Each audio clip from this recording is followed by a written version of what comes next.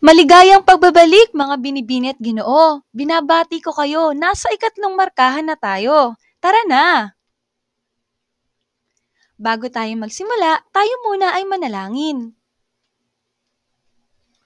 Panginoon, maraming salamat po sa ibinigay ninyong panibagong pagkakataon upang kami ay matuto. Gawaran mo kami ng isang bukas na isip upang maipasok namin ang mga itinturo sa amin at maunawaan ang mga aralin na makakatulong sa amin sa pagtatagumpay sa buhay na ito. Amen. Ang patakaran sa asignaturang Pilipino o rules, kapag sinabi ko ang 1, uuna, tatahimik. Kapag naman 2 or pangalawa, ayusin ang upuan. At pagka 3 or pangatlo, pulutin ang kalat. Sabihin ang salitang present kung ikaw ay andito sa klase. Jose, Present.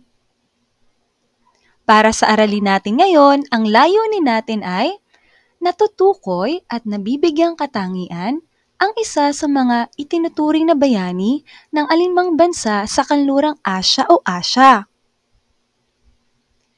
Para sa balik-aral, panuto, piliin ang titik ng tamang kasagutan. 1.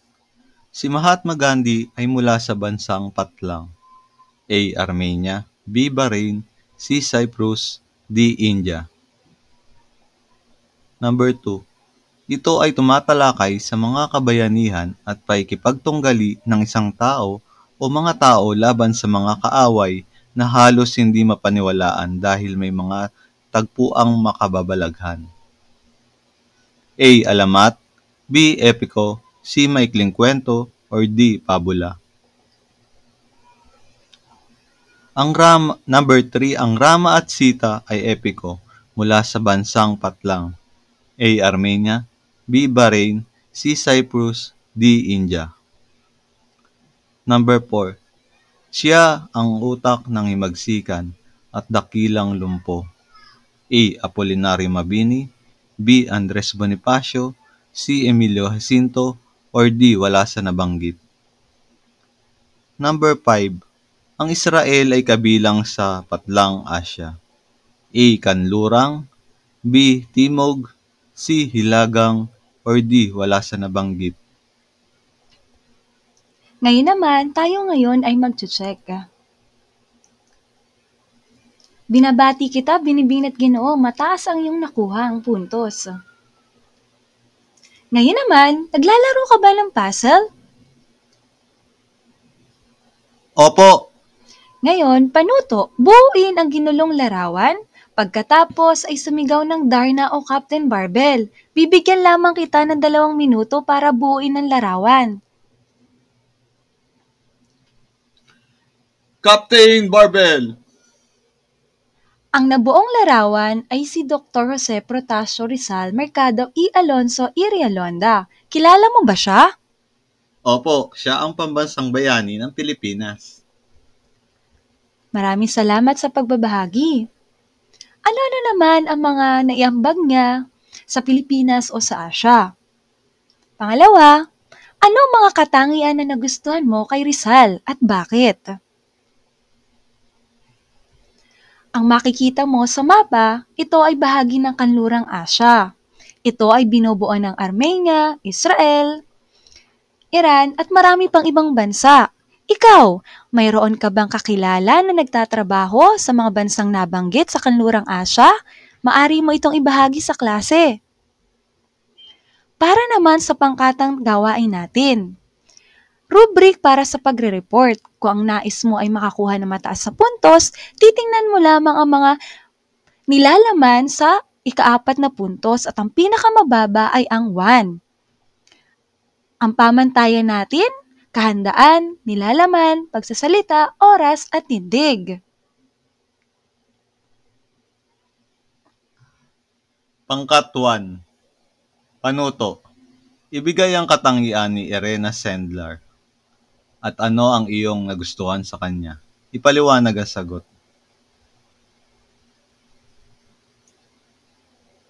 Pangkat 2. Panuto. Ibigay ang katangian ni Lapu-Lapu at ano ang iyong nagustuhan sa kanya.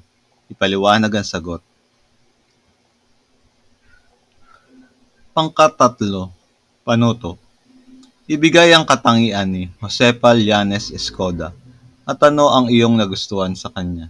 Ipaliwanag ang sagot. Pangkat-apat, panuto. Ibigay ang katangian ng mga OFW at ano ang iyong nagustuhan sa mga OFW. Ipaliwanag ang sagot. Pangkat-lima, panuto. Ibigay ang katangian ni Manuel I. Santos at ano ang iyong nagustuhan. Ipaliwanag ang sagot.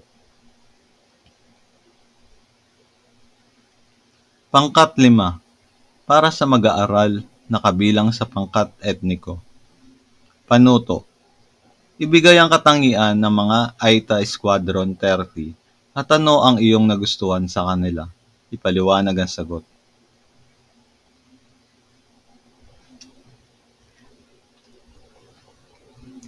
Bilang isang mag-aaral, paano mo mapapanatili ang katangian gaya ng pagkamatalungin sa kapwa?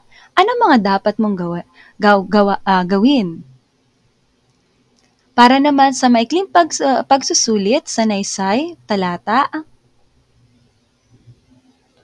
Ano ang mga katangian mo na maaari mong maipagmalaki sa iyong kapwa, tao, o kamag-aral? Ipaliwanag. salamat sa inyong pakikinig. Hanggang sa muli. Paalam! Bye-bye!